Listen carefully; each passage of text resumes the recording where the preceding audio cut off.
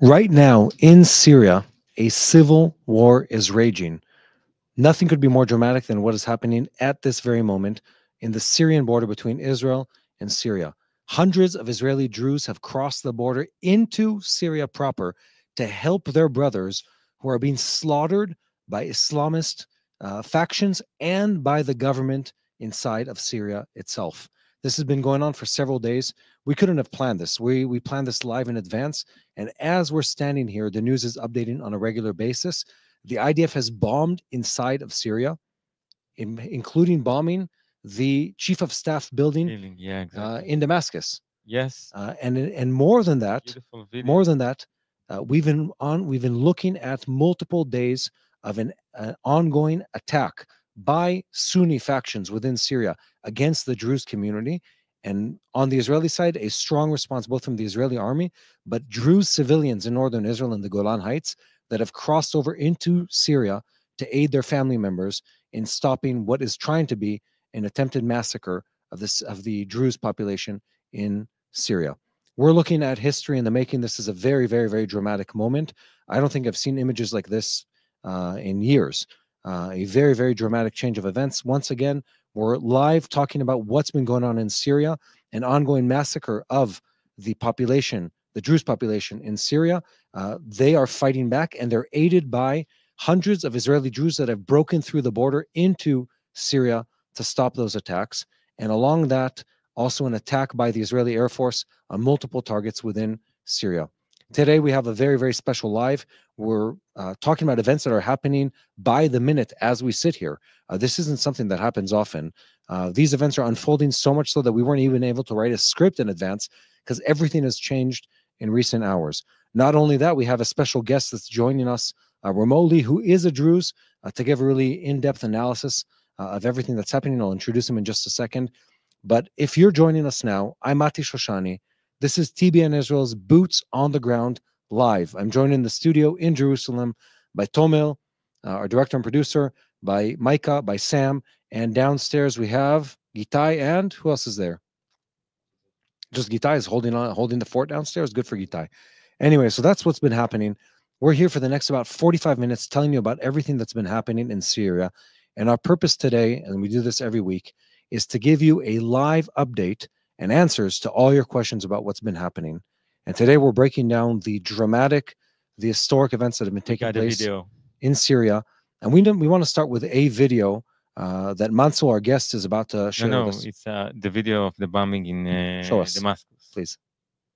This is happening right now. This happened minutes ago in Syria. We're watching Syrian news, and as they're recording the news, the Israeli Air Force bombs the chief of staff building in. Is it in Beirut? What? Where is it in Syria? Damascus. Damascus. Sorry, I'm confused. It's in Damascus in Syria.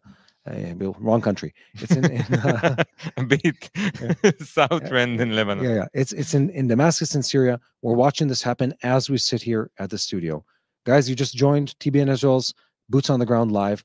We're talking about everything that's been happening in Syria. And to recap, we're looking at an ongoing civil war where the Sunni forces are trying to kill the Druze in southern Syria, where hundreds of Israeli Druze have broken across the border to try and aid their friends, and where the Israeli army is bombing inside Syria, trying to aid the Druze community in the country. So, Mati, let's start with like what happened in the last couple of days, how we got to this point, and then let's understand what's happening right now in that moment. Okay, so today is July 16th. 3 days ago on July 13th, a tension that started within factions connected to the Druze and then Bedouin Sunni communities. They started clashing over what was a small event involving several of the Bedouin community attacking a member of the Druze community. The Druze retaliated to that attack, and then, and this is where it gets interesting, or it was interesting to begin with, it gets very interesting. Forces that are connecting to the Syrian leader, Ashara, also known previously as El Julani, they enter Sweida, which is sort of the headquarters or the biggest concentration of Druze population. And what they're saying is we came to restore order, but instead of restoring order, what they did was carry out acts of violence against the Druze community. Now, this included executions. It included brutal violence against civilian population. today again is the 16th of July. So today, the Israeli Defense Minister Israel Katz says earlier this morning, it's now afternoon in Israel. Minister of Defense Katz publicly condemns the actions of the Syrian government, threatens to take whatever action necessary to stop the attacks by the Druze community, by the El Julani or Al Shara government against the Druze community, and ensures and publicly states that Israel will enforce and uphold the demilitarized zone in southern Syria and threatens further military action. We're now seeing that further military action. That was in the morning today. This, in the middle of the day, so about 4 or 5 hours ago, it's now 4:15 p.m., the Israeli Air Force launches drone strikes against Syrian regime targets, including armored vehicles near Sweida, so in the Druze area, and the main entrance to the Syrian military headquarters in Damascus. And this is a direct message against the regime that aggression towards the Druze will be met with direct action. This afternoon, so just in the last hour, large-scale protests erupt within Israel's Druze community. This is in northern Israel. Hundreds of Druze in northern Israel cross into Syria.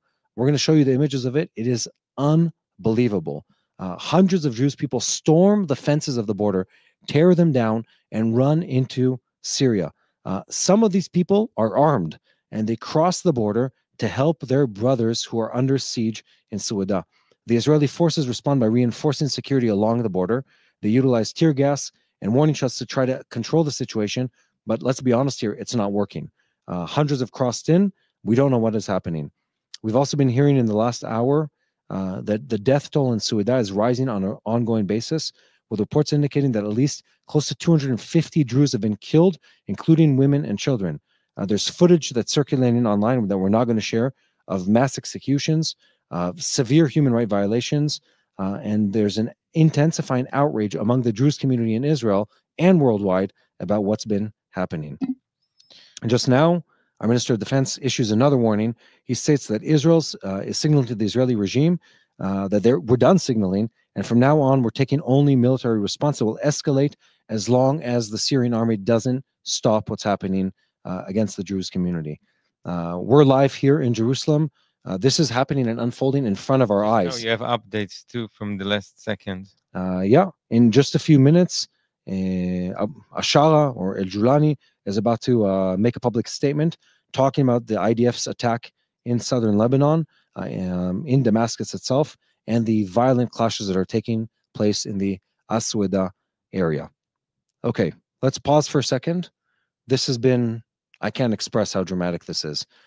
These aren't the kind of images that you see on a day-to-day basis. Yeah, by the way, the IDF just attacked again next to the Damascus castle. The presidential palace. Yeah. Anyway, so this is very, very, very dramatic. Again, we're live here in Jerusalem. We're about to be joined by a friend who is a Druze himself to talk about the ongoing attacks against the Druze in southern Syria, the fact that hundreds of Israeli Druze have crossed the border uninvited by both the Syrians and let's put it, they weren't unsolicited by the Israeli government, and that this is a dramatic moment in history that we need to be paying attention to. These kind of things don't happen often. Very, very dramatic moment. Very horrendous events that are taking place inside Syria, and we all need to be up to date with what's happening. Okay, let's switch gears. We're about to be joined by my friend, who I've known since childhood on and off, Mansour Ashkar, who's currently sitting in Europe, but is a Druze. And I want to read to you a couple facts about this person because it's very interesting. Micah helped me put together a bio earlier today. So Mansour's family fought in the Israeli War of Independence, so 48. His grandfather was the first non-Jew to light the Independence Day torch, which is a huge honor given in Israel. His extended family, he has extended family that fled in 48 and is still existing in other countries. He ran his own military operation to help his cousins being hunted in other countries to flee to Europe. He served in an elite Israeli unit. He can tell you about that in a second, including in the latest conflict taking place since October 7th. He was a security officer on a cruise ship, a mega cruise ship liner for many, many years. And he does an amazing job of advocating for Israel. And I want to say this differently, presenting a different reality, a reality of truth, a reality that is balanced, a reality that is rooted in his understanding of both the Arabic language and the culture on the ground.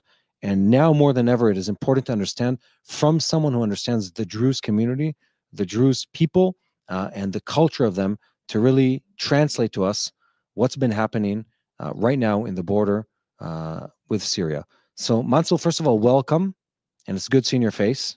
Let's bring Mansour up.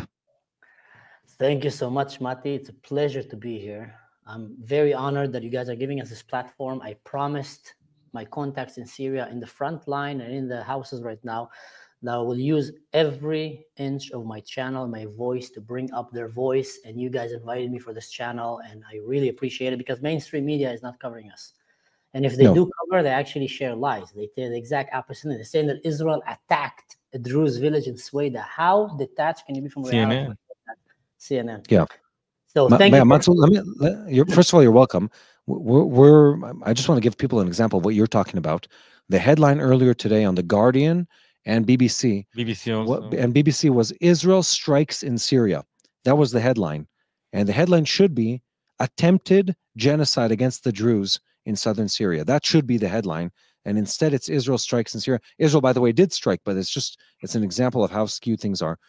So first of all, what are we missing? And I think this is, we're looking at this.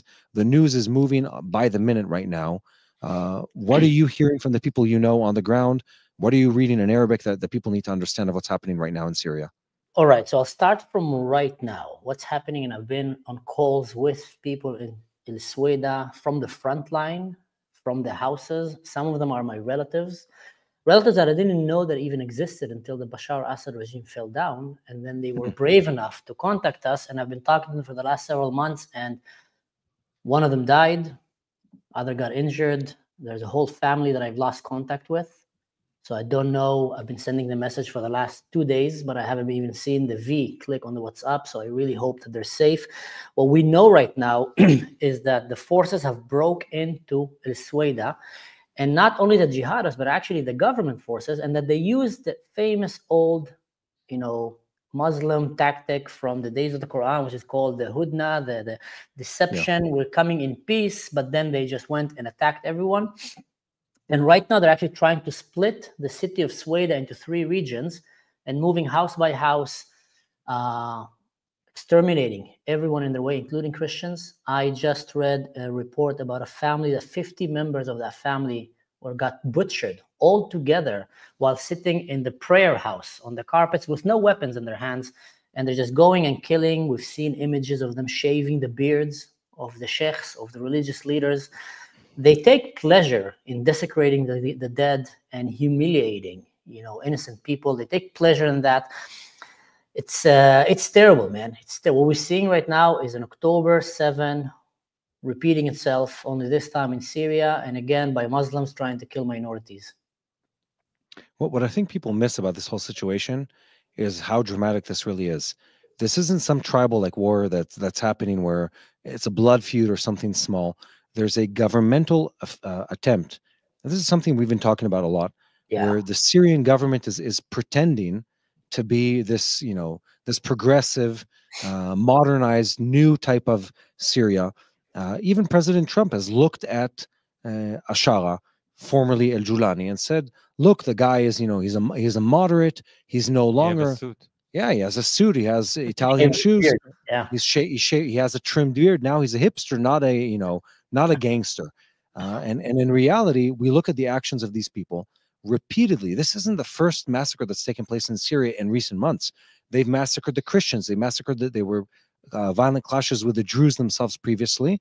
And there were massacres that took place against the Alawite minority within Syria, all in recent months. And in every single case, somehow the Syrian government comes back and says, look, this isn't us.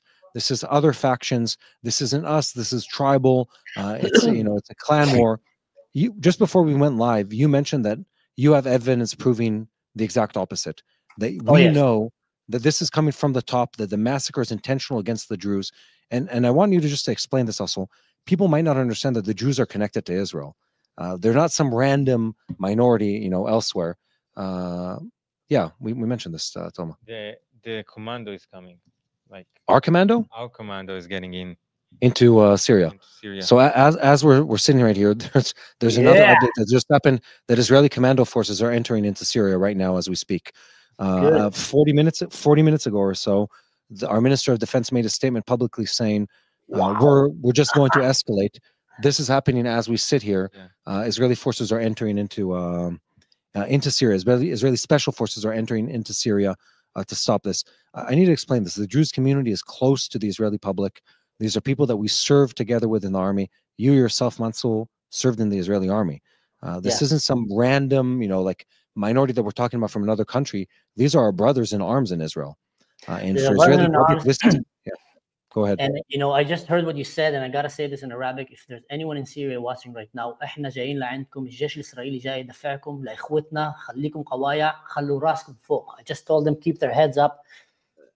People don't understand how dire the fight is there. They're literally fighting for their life. Before I go to the evidence that I said, there was a call that was made by a sheikh from Syria who called an Israeli Druze minister in the government and told him, please tell the IDF to bomb even on us on Sweida. Even if they kill the Druze, let them drop bombs on us. We cannot let our women and children to fall to the hands of these savages. So they're fighting in the streets with everything they have to protect their women and children, to the point that they're saying, just drop it on us. Don't let them take us alive. We're not going to go without a fight. Now, what's very interesting here, people are trying in the West again and again. The West is showing that they keep falling for the ancient Arab lie, where they lie to them and tell them, we're the good guys. Oh, you're the good guys. And they found a way to take advantage of the kindness and hopefulness of Christians. We always hope for the best. We always want to see the best in humans. We always want to see that everyone is redeemable. And it is. Everyone can redeem himself in the eyes of God, etc. But they take advantage of that. And what they're doing, they're pretending to be like the good guys and portraying the Druze as the terrorists. Meanwhile, they're sending their tanks, heavy artillery, Grad rockets, vehicles with trucks, with dushkas into a Druze village. And here, what I added here, I translated an audio recording of one of the leaders there sending to the soldiers, not to the jihadists, telling them in Arabic, and you can see that translated to Hebrew and English, but basically telling them, whatever you do, do it.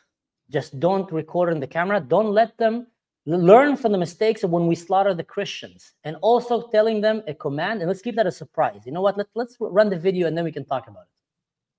تالي لأبنائنا وإخوتنا الأبطال بالسويدة، الجيش العربي السوري والأمن العام، إن رجاء كبير عندكم، ضبوا هواتفكم بجيوبكم، لا تسحب هاتف ولا تصور وتبعت لنا، لا تصور أنت عم تحلق لي الشارع بعرصة، طق رقبته على السكت، ولا تمشوا في أرتال الله يحميكم، الطيران الإسرائيلي عم يستهدفكم، سياراتكم بين البيوت، ضمن الأهالي، فوتوا على البيوت وتحصنوا بالبيوت، وتحرقوا الأخضر واليابس، لا تستثني حدا، كلهم خنازير.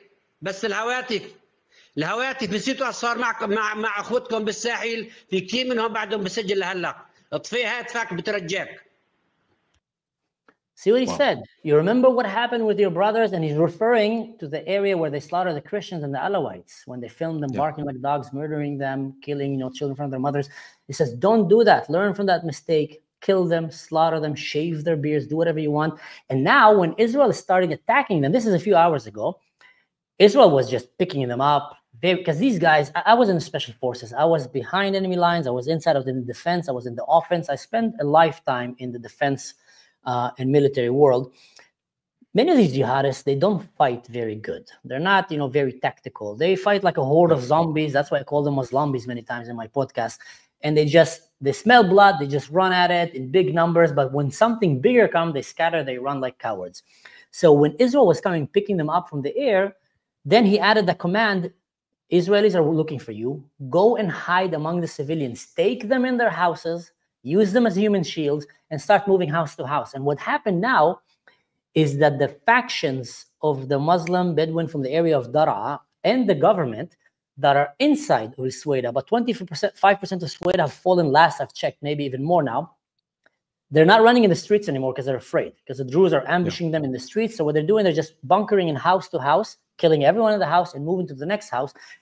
Let me read to you something tragic that I've received, from one of my sources from Syria. And this is a message that was sent by a mother in Syria. A mother from Sweida just called me and I'm beyond shattered, hearing her voice and the gunfire in the background. She alone with her gun because her son went to fight. And she's telling me that the terrorists and the Bedouins with them are in the neighborhood, barging into people's houses and executing them without even robbing the house or anything. Just killing them on the spot and moving to the next house. It's terrible. And then she added, the National Hospital in Sweida have just fallen too because they were hiding also in the hospitals.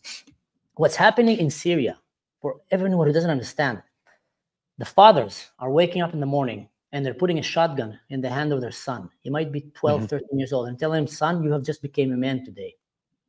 Your father is going to go to war. And then he promised him, it's probably the hardest thing. Your father as myself, you don't want to lie to your kid, but they're promising Abba will come back. Your father will come back. But he probably knows he might not come back. But he tells him these words, and I've heard this several times. Don't let them take your sister and your mother alive. Wow. Imagine you're 12 years old and you're sitting there. And then they come into the houses and they start murdering them. You know, I start tearing up when I hear these things. I get really upset. Such evil is allowed to walk this earth. And that's why when you just shared right now that the Israeli commando is going in, the Air Force, I was so happy. Finally, these jihadists need to be sent, and forgive me, anyone's watching right now, they need to be sent to hell to meet some goat-headed demons, not their virgins up in the sky, because that's their belief. They believe that if they kill people, they're going to go to heaven. Yeah, that is so twisted up, so messed up, and Israel is right now attacking them, but that's the reality that we're seeing right now in Syria, and it's horrible. Let me give this a name, Mansour. The name of what we're witnessing right now is an attempted ethnic cleansing. That's what it is. This isn't, and it's important to say, this isn't political. This isn't about a land dispute or a clan dispute, and it isn't just about religion. It's an attempt at ethnic cleansing. And the Syrian government has repeatedly tried to do this. They did it to the Christians. They did it to the Alawites. They did it to the Druze more than once. This is not the first time that they've had violent clashes. In the Druze community, and we've been watching this develop over recent days, you've seen the groups talk more and more and more about breaking into Syria and sort of joining their brothers in arms. And we just saw this about a couple hours ago. We saw now the number, we're looking at several outlets here, the number is over 1,000 Israeli Druze that have crossed over into Syria. That's the current number. It's gonna get and my guess is going to continue to get bigger. There's reports of caravans of buses. The army is coming. Yeah, caravans of buses of Israeli Druze that are going up to the Golan Heights border to join their brothers inside Syria and fight alongside them. And people might not know this. I mean, many of the Israeli Druze serve in the army and the armed forces. A very high percentage of them in special forces, in combat units. They actually have the highest rate of combat unit, among all of the Israelis, because they're very. I believe it. I think it's like about 80%, maybe went down to 60, while the other groups are 20 to 15%. So most Druze men go to combat unit. They go to special forces. And there's a lot of these Druze that have showed, and many of them are generals, officers in the army. I was an officer. They're very trained, very capable. And I tell you what, Mati, and I think some people might miss the reason they just now broke into Syria. Because I haven't did that yesterday. The slaughter started yesterday before, just now. Yeah. When they started hearing that Sweida is about to fall, the biggest Druze population on earth is in Syria. There's about 1.5 million Druze all across the world. Most of them live in Syria, and most of them live in Sweida. That's the Druze mountain. When they realized that the jihadists are inside with tanks, with artillery, they're using drones, by the way, that apparently, as per my sources on the ground in Syria, were bought by Qatar. So they don't have drones, the Druze. They have just AK-47 and some sniper guns, maybe an RPG or two. They're running out of ammunition. They're fighting against tanks, artillery, drones, military equipment against the army of Syria. So when the Druze realized that Sweida is about to fall and that it's been held by a needle, by a hair thread, just because there's brave, strong men and women that are refusing, by the way. And if anyone American is hearing it right here, here's a very good reason why you should not let your people just get disarmed because the government promised you. Because look what happened in Syria right now. And I'm not a warmonger. I don't enjoy carrying loads of weapons and living in a hut in the middle of the desert full of like machine guns and traps outside my house. But what you're seeing there is this. The government is coming, asking to disarm these people and asking to kill them. And the only way they can defend themselves right now is by standing strong and running outside and fighting against these invaders that came to kill their families. Yeah. Now, with that, Mansour, let me just add one word. especially when you live under a dictatorship, and especially when that dictatorship is jihadist and Islamic. Yeah. Then you know that if you're a minority, and this has been a repeated theme in the Middle East, if you are religious, ethnic, or otherwise minority, they're coming to get you at one point or another. And we've seen Syria. This happened in Iraq previously. This happened under ISIS throughout the Middle East. Every time this happens, it happened, by the way, in Egypt in the Arab Spring. Every time the Islamics come to power, there was the Muslim Brotherhood. Here it's ISIS. Different name, same ideology. It's always. Yeah, you were in the IDF as well, and you still do a reserve. And I know during this war you've done above and beyond, and you went inside and out reporting for us, and you did an amazing job helping to defend this country. When October 7 happened, who were the first ones to hold the line against the invaders? Communities. The communities. Mothers, fathers, young boys who grabbed the weapons that they had in the community centers. They were the first ones. Special forces went in and joined them, but there were few against many, and they held the line, by the way, with a great, great price. They held the line for more than 12, 16 hours, communities.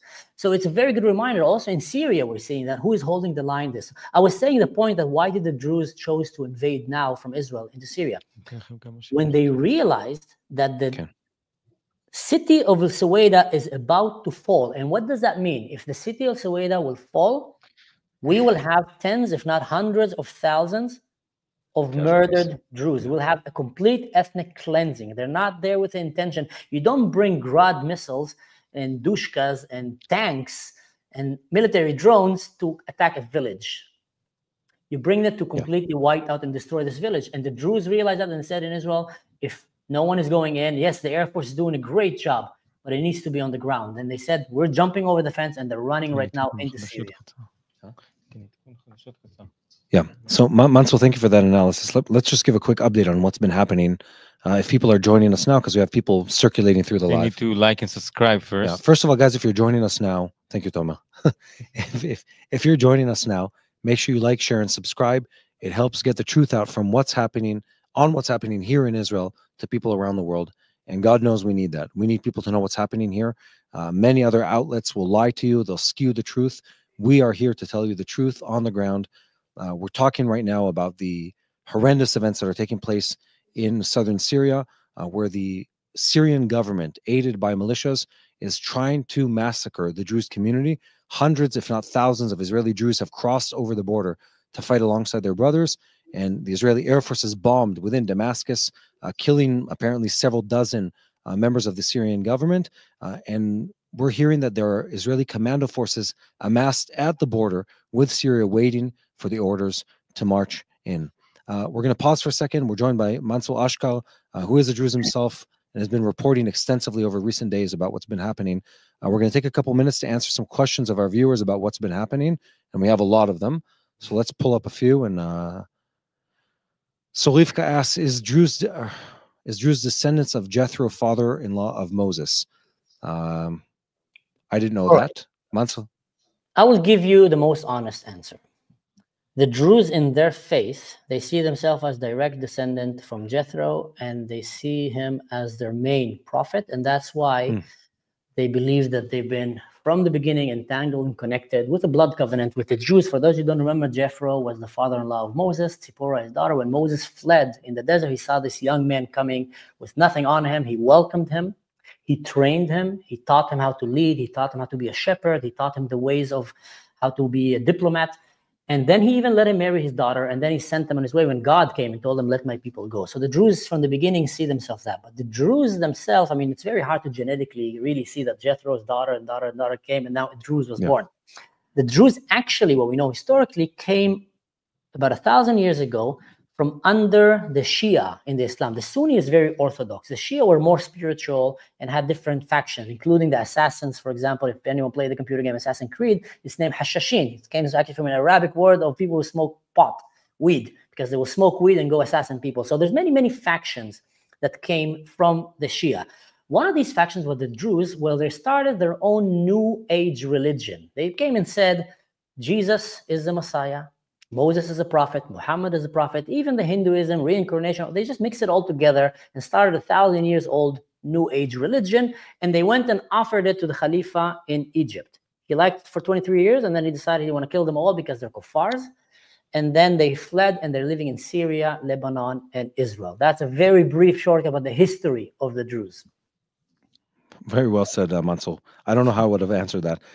Is Jolani going to turn into another Saddam? Erdogan is the best friend, or what? Is his best friend? Look, I'll answer half of that question. I'll leave the rest to you, Mansour.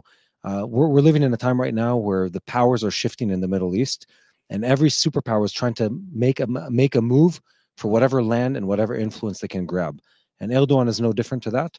The destabilization of Syria that happened after the coup d'etat of, it wasn't coup d'etat, just the coup of Assad by Jolani and his people, created an instability that allowed Syria to change, allowed Israel to take a stake in the land, allowed the Turks to get a stake in that country, and also forced out to a certain degree Russian influences and other influences. So really, we're watching a very, very rapid destabilization.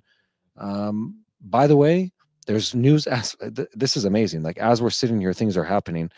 The IDF spokesperson just said that from the Central Command building in Damascus, the commanders of the Syrian army are managing the war and sending forces to Sweida, which we were just talking about. And additionally, an additional military target was attacked in the area of the presidential palace in Damascus. And there's more. And it says, and this is a couple minutes ago, the IDF spokesperson is saying that we will not allow, this is the Syrians, to massacre the Druze. And they added that Israel has attacked the entrances to several military command posts in Damascus to transfer a clear message. We will not allow a military presence to build themselves or embed themselves on the Israeli border. And this happened 1 minute ago. Prime Minister Netanyahu has convened an emergency meeting of the heads of the Israeli defense mechanisms to talk about what we're doing with the escalation in Syria. Again, if people are joining us just now, I'm joined by Mansour Ashkar, who's a Druze himself, currently sitting somewhere in Europe. We're talking about what's been going on. These are dramatic days, and I don't want to sound overly dramatic, but this doesn't happen. We're watching an attempted massacre. We can't hear you, Mansour. We're watching an attempted massacre of the Druze community by the Syrian government. Israeli Druze have joined in to stop them, and the Israeli army is intervening. And as this is happening, I need to remind you, these are the people, think about this, these are the people that the Americans removed the sanctions over just a few weeks ago. They said, look, they're a changed people. They've changed. They're no longer the militarized, the radicalizing elements that they were previously. Look, they're changed people. We're watching the exact opposite. Mansour just a few minutes ago showed us a video of a text message that was sent out by the Syrian command to the Syrian soldiers, urging them to hide their actions and not upload them to social media so people around the world wouldn't know what they're doing to the Druze people. We're witnessing what is an attempted massacre. It's an attempted genocide of the Syrian people. And Israel, that's what it is. And Israel and the Druze people are trying to stop it. I would have imagined that the outcome would happen so fast, but this dramatic move, Mansour, I'd be interested to hear from you. What have Druze, let's call it WhatsApp groups and Telegram groups, been talking about in recent days? Because I don't think these busloads of Israeli Druze at the border, they didn't just manifest out of thin air. They've been prepping for this, knowing what's happening. Yes. For the first few days, the Druze have been saying that since America and Europe have removed the sanctions from Syria and started shaking hands with a terrorist known as Jolani, all the minorities in Syria, including the Christians and Druze, were getting very worried because they knew what's going to happen next. The moment that they will feel comfortable and safe, that no one is going to come and take them down, they're going to come and start ethnically cleansing. When they start progressing, the Druze who had their backs to the wall and many Christians who fled to live among them, they said the only one that can save us here is Israel. And how interesting is that Israel is the only one in the Middle East that is actually engaging. Israel have no need to go in Syria right now. It's an enemy country. It's a regime that is killing its own citizens, but they're willing to go out of their way to save innocent people in an enemy country. So they trusted on Israel that Israel will help them. But what happened is when these tanks came, the jihadists were sending fake messages among some of the WhatsApp's phones that they stole from the dead people that they massacred, and spreading that the Druze religious command, Hikmat al-Hijri, that's the sheikh, the military sheikh there, that he sent a command to surrender their weapons. That, you know, the government, he got to an agreement with the government, and they're coming to take you peacefully. And some people fell for that, and they got slaughtered because they didn't come peacefully. You know, and then later on they moved back and they were waiting for Israel. Now, if anyone want to ever write a script for a movie, you better start taking notes right now. While the Druze were fighting in the streets against tanks, against artillery, against drones, in their home turf, in the mountain, they said, anyone dreads to come to this mountain, you're going to be buried in this mountain. And they start fighting against these invaders. The Druze are very peaceful, but they won't let anyone come and take their children. They were being crushed, they were being pushed, they were fighting in the streets, guerrilla style. And when they felt that they're about to lose, now, I've got this from a report. I was talking to these warriors as they were going, telling me we're about to die, we're about to lose, ran out of ammunition. They pushed us, they killed our families. And then they decided to go on a last charge. Literally on, you know, the final battle, they just went with all that they got and they ambushed them in the street and they started taking them by the numbers, thinking that that's it, they're dead. That's when the Israeli jets came to the rescue. And you should have seen the joy that they had, the raging. They got so filled with power and they started running in the streets and pushing away these jihadists, killing it. And these jihadists are cowards. They started fleeing, screaming, begging, running around. And the Druze managed to reclaim back their city and to get in contact. Now, a lot of the information, they don't have radios. They're communicating WhatsApp, and the government shut down the WhatsApp on them. So the internet. So luckily, there were very intelligent, capable Druze people around the world. I'm not going to name names, that managed to help to bring Starlinks into these areas. Very dangerous road, not only Starlinks, but other devices that can actually give internet and other supplies to save them. So they managed to still talk to each other and regain themselves and went on an opposition to push the invaders out. That was last night and this morning. And now we're hearing that the intensive is coming to completely kill them and that they're shifting strategies. Instead of being in the open because the IDF takes them, they're just going ethnically cleansing and even expediting it. They used to loot houses and churches. Now they just go burn, kill, and run to the next one because they want to kill as much as they can before they get stopped. What a time. I want to ask something, Mati, though. You know, we're live here, and you're telling me things now because you're reading them before I'm reading them about events that are happening as we're speaking. We might actually be witnessing the beginning of the end of El Jawlani regime. If Israel just launched a missile, I just saw a video where they launched a missile behind the reporters, inside Damascus. Yeah, that was in the chief of staff building of Damascus, and the reason for that, we were just reading that, the reason for that is that the Israeli army is saying we're going for the people calling the shots.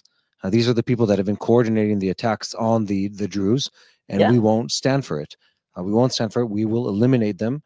And I think everyone in the Middle East has seen what Israel is willing to do to our enemies, and the Druze are our brothers. There's no question about it.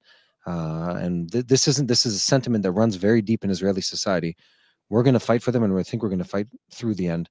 I need to pause for a second because this broadcast in part is made possible because of our partners, and someone needs to pay the bills, and our partners help do that.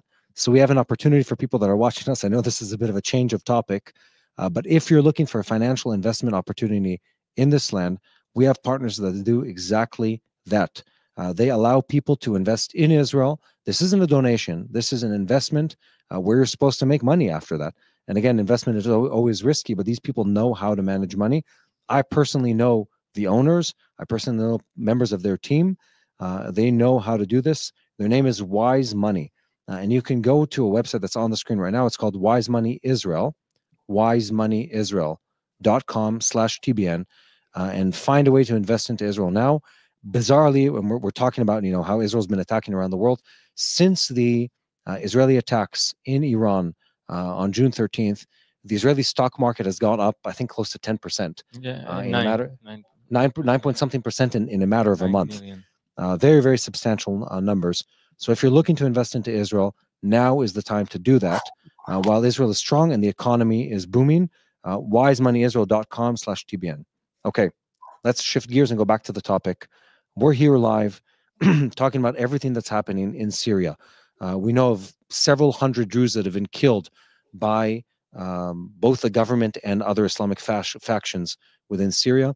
We know of over 1,000 Israeli Druze that have crossed the border into Syria to fight alongside their brothers in the country.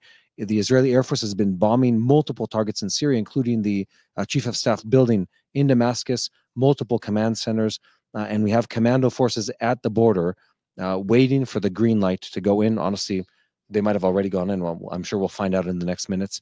And I'm here with, well, it doesn't get any better than this. We get to talk to someone who's actually part of society, part of the understanding of what's really happening on the ground. We have time for a couple more questions, guys. If you have questions of what's happening here, now's the time to ask.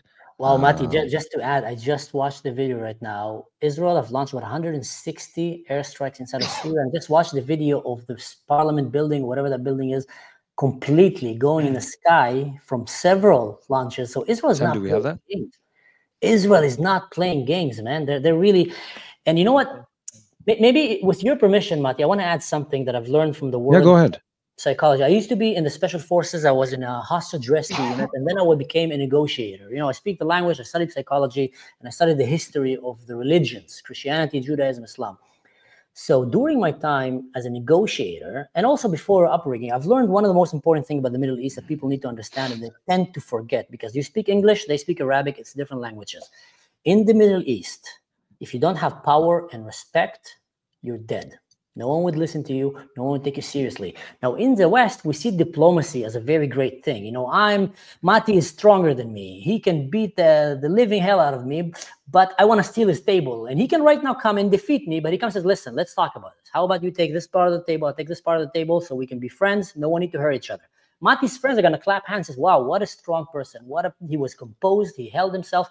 In the Middle East, he was perceived as weak and as an advantage to attack him. Why? Because if Mati could have beat up Mansour and take everything, he would have.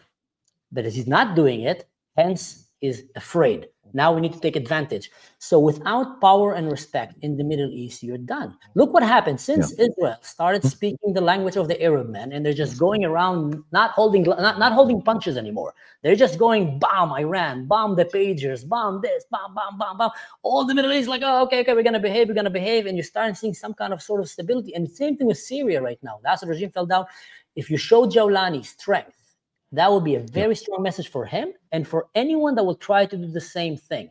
And what we're seeing in Syria, that's insane. That's the video. Yeah. Let me pull it up for just a second. We'll skip the commercial here. Okay. Isaiah, are you playing it? It's crazy. This is okay. No, but I have it on my computer. Here. So let me. Can you pull it up on my computer?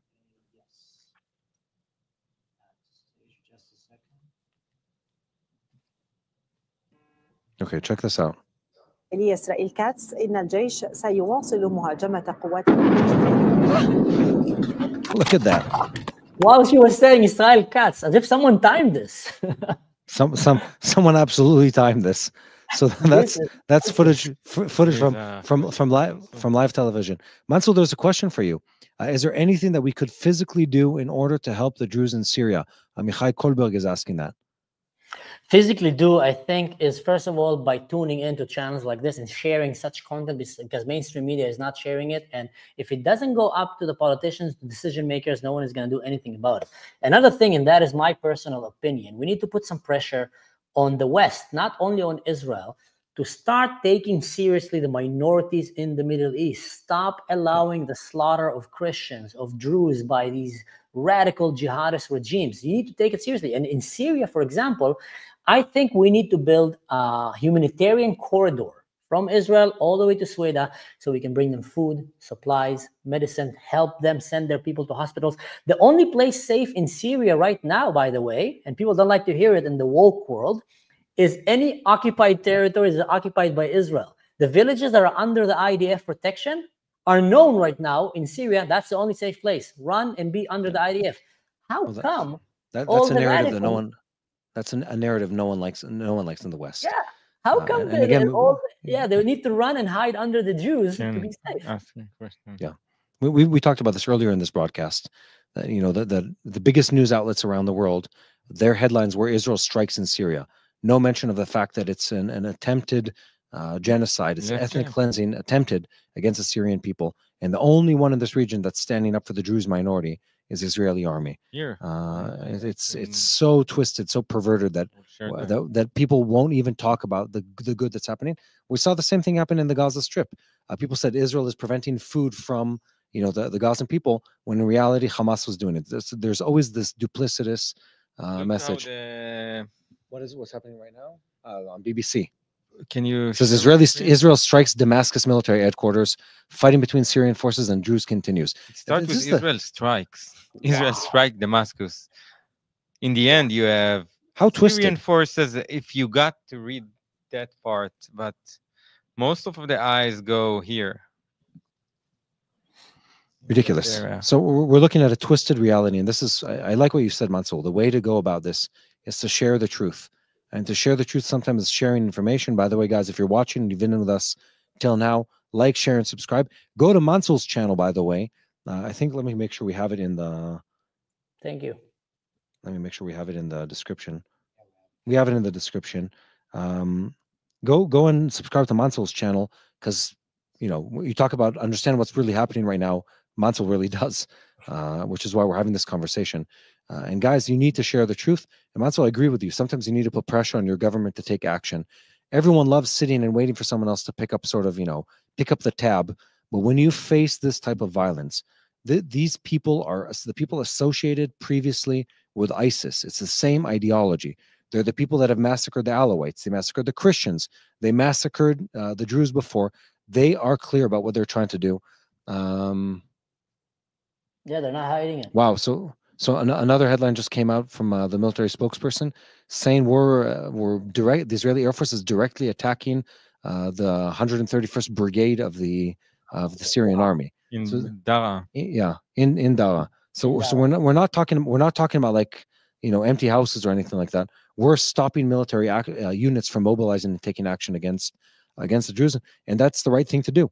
There have been too many acts of genocide, too many acts of ethnic cleansing, where people sort of waited for things to develop before they took action. And while they were waiting, tens and hundreds of thousands of people were killed. We shouldn't let that happen. This is something that needs to be stopped, and the international community needs to step up to the plate and take direct action against it. There's no concern. There's no question about it. Druze people deserve to have protection. They deserve aid, and El Jolani's people need to be stopped. And if there was any ever question about the identity and the true face of these people, it has now once again become truly clear. Radical Islamists, jihadists, who are bent on killing everyone who doesn't like their flavor of radical Islam. That's what we're witnessing here. And Israel's taken action, the Druze community's taken action, but others need to join in and take action against this. Mansour, we're about to wrap up. Do you have any final thoughts? Yes. Syria is one of the most important real estate lands right now in the Middle East, and that's why Turkey, Russia, even China and America, everybody's fighting over it. If you stabilize Syria and you stabilize Iran, you probably 80-90% solved the problem in the Middle East for generations to come. Children will grow up hugging each other and having a beautiful life in the future, not only Christians and Jews, but also Muslims. And that's why there's a serious fight over the land of Syria right now. And the enemies of the Druze and the Christians in Syria are the same, the enemies of the Jews and the Americans. If you saw the videos, what they're doing with these people, shaving their beards and killing, slaughtering them, rest assured that they will do the same thing to an American citizen, to European citizens. They're enemy of civilization. And that's why we need to support Israel. We need to support the Druze, what they're doing. We need to take care of our allies. We should not forget our allies. And these are our allies. And they're actually standing as a buffer zone between a lot of very bad jihadists into Israel. So I just wanted to say thank you, man, for having me here. And thank you for letting me share the voice of the people in Sweida. And I know that a lot of the followers here are Christians and God-fearing people. And I just want to ask that you guys pray for the Druze in Syria, for the Christians in Syria, for my family in Syria. I didn't know they existed until the Assad regime fell down, many of them. And now I've been talking to them, but I haven't heard anything from them for several days. And I'm very worried about their fate. And I can just ask also for the brave young men and women that are fighting in the streets there to defend their families. Please keep us in your prayers. And thank you so much for anyone that, took the time to come and listen to what we have, because I feel like mainstream media is not covering us. And thank you, Mati, for inviting me here and giving us this channel on behalf of the Druze people. I'm telling you, with the hand on my heart, on behalf of the Druze people in the Middle East, thank you guys. Thank you for letting us speak out, because we're a small, tiny minority and no one cares except from you guys, and people just really care about it. Most of the world doesn't know, doesn't care. Yeah. Mansour, do you feel comfortable maybe taking a minute to pray? Absolutely. So go ahead. Let's pray together. Our Father in heaven, We pray for the safety of the people in Syria right now. We bring before you the brave men and women, the children, Father. Anyone there, any human who is your child there, it doesn't matter if he's Druze, Christian, Alawite, Muslim, Father. We pray for the innocent people, that you protect them from harm's way. We know that there's evil forces that are coming to wipe them and destroy them.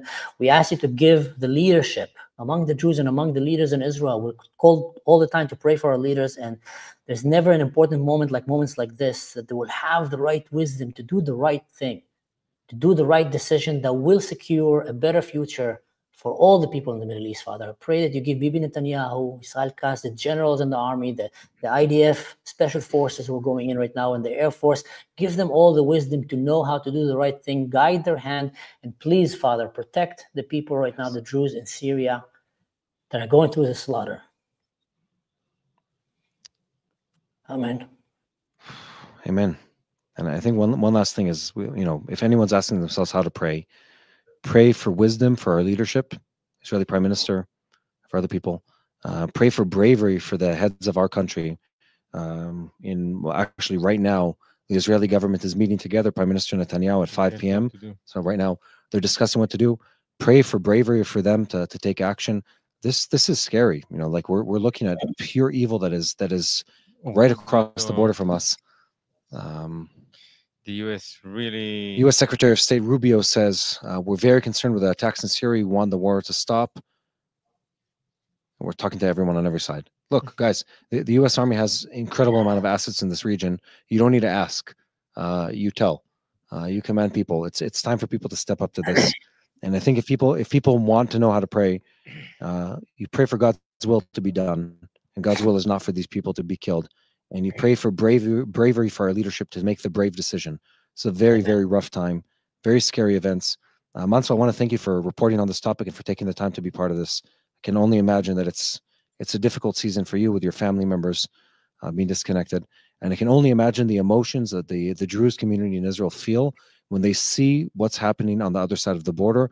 I 100% identify with them crossing the border, uninvited by the Israeli government, and saying, we can't sit still while our brothers are being slaughtered. They're doing the right thing. And I hope our government, I call on our government to take action and stop this violence from happening right now. There is absolutely no question that this is the thing that needs to be done, that we need to step up and aid this community in their time of need, because there's no other way. El Jolani and his people have shown their true face. They've shown the violence that they really carry, and we need to see this stopped and changed. Mansour, thank you again so much for being with us. Deeply appreciate your heart for this and your reporting on the topic. Thank you so much. Yeah. Dramatic days. We're looking at over 1,000 Israeli Druze that have crossed over into Syria. Israeli Air Force bombing multiple targets across Syria, including the Chief of Staff building in Damascus, including at least 5 command centers for the Syrian army. Israeli jets fighting actively, and Israeli special forces amassed at the border, waiting the green light to go in. As we sit here, the Israeli government is meeting for a decision over what will happen next, what we need to do with the ongoing crisis in Syria. Very dramatic days. Continue to pray, continue to stand with the Druze people in southern Syria. These are very, very hard days for them. Put in a prayer. Call on anyone of influence that you know to stop this attack, because this is nothing less than an attempted ethnic cleansing of the Druze in Syria by radical Islam.